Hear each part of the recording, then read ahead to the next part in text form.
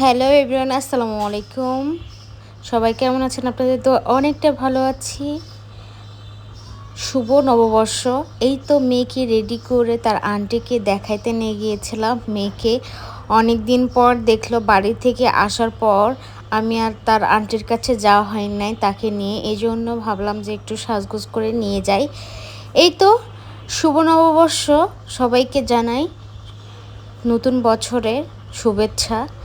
আমরা গিয়েছিলাম জাহাঙ্গীরনগর বিশ্ববিদ্যালয়ে। আসলে জাহাঙ্গীরনগর বিশ্ববিদ্যালয়ে যে এত পরিমাণে মানুষ আমি বলে বোঝাতে পারবো না। এত পরিমাণে তারা নতুন বছরে মানে এত লোক দেখে আমি পুরাই অবাক। আসলে এত মানুষ ওখানে গিয়েছে। ওখানে কনসার্ট হয়েছিল। কনসার্ট বলতে কিছু অনুষ্ঠান হয়েছিল নববর্ষর কারণে। ওইভাবে কনসার্ট হয় নাই। আর দেখেন এত পরিমাণে মানুষ এখানে ঘুরতে আসছে। আর এখানে কিন্তু একটা মেলাও হয়েছিল। ছাত্ররা তাদের হাতের যত মানে কাজ আছে তারা সব কিছু তৈরি করে নিয়ে আসছে এখানে। আবার অনেক বড় বড় লোকেরাও গাড়ি নিয়ে এখানেই ঘুরতে আসছে। ছাত্ররা মানে আশেপাশে যত সাভারের লোক আছে মনে হয় সবাই এখানেই আসছে। আমার মনে হলো দেখেন কত মানুষ, আল্লাহ আমি পুরাই অবাক। এতগুলা মানুষ দেখে মনে করছি শুধু অল্প মানুষ হবে, কিন্তু একদমই না। এত পরিমাণে মানুষ দেখে কবি বলতেছিল আমরা আজকে গাড়ি নিয়ে খেলে শুধু ঘুরেই বেড়াবো পুরো জাহাঙ্গীরনগর বিশ্ববিদ্যালয়টা। আসলে এখানে কিছু ছাত্ররা গান গাইছিল আর কি। আসলে ভালোই লাগলো। কিছুক্ষণ এখানে অনুভব করে আমরা বের হয়ে গেছিলাম। দেখেন কত মানুষ অনুষ্ঠান দেখতেছিল। আসলে খুবই ভালোই লাগে এভাবে বসে থেকে অনুষ্ঠান দেখলে। আমি অনেকবার, যতবার অনুষ্ঠান হয় বা কনসার্ট হয় আমি আসি, চেষ্টা করি কবির আমাকে নিয়ে আসার। আর সব কিছুই ভালো লাগে একসাথে ঘুরতে গেলে। কিন্তু আমাদের এখন গাড়ি হয়েছে, এইভাবে গাড়ি রাখার কোনো অপশন নেই এখানে। এই জন্য আমরা শুধু গাড়ি নিয়ে ঘুরে বেড়াইছি। আর দেখেন আমার মেয়েটা পটু সোনা, আমার পটু সোনাটা খালি ঘুরে বেড়াচ্ছে কীভাবে মেলাতে এসে।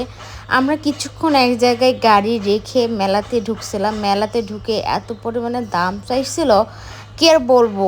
মেয়েকে কিছু নিয়ে দেয় নাই, কেননা মেয়ের এক ব্যাগ বা এক বস্তা খেলনা আছে। ফারিসা জোহা কিন্তু একাই ঘুরে বেড়াতে পারে, কিন্তু আমাদেরকে কোনো বেল দিচ্ছিল না। এখান থেকে আমার মেয়েকে একটা বেলুন নিয়ে দিয়েছিলাম। মেয়ে তো বেলুন দেখে মহা খুশি। আর এখানে নাগরদোলায় উঠবে সে অনেক জোর করতেছিল, কিন্তু এত বড় লম্বা একটা সিরিয়াল ছিল। লম্বা সিরিয়াল দেখে আমার মাথায় নষ্ট হয়ে গেছে। তা ভাবলাম যে না, মেয়েকে আর এভাবে। এখানে কিন্তু সব রকমের দোকান বসে গিয়েছিল, আমি বলে বোঝাতে পারবো না। পুরো একটা এরিয়া মিলে একটা মেলা বসেছে। দেখেন মেয়ে তো মহা খুশি বেলুন পায়ে। আসলে আমি এইগুলো নিয়ে দিতে চাই না, কেন জানেন?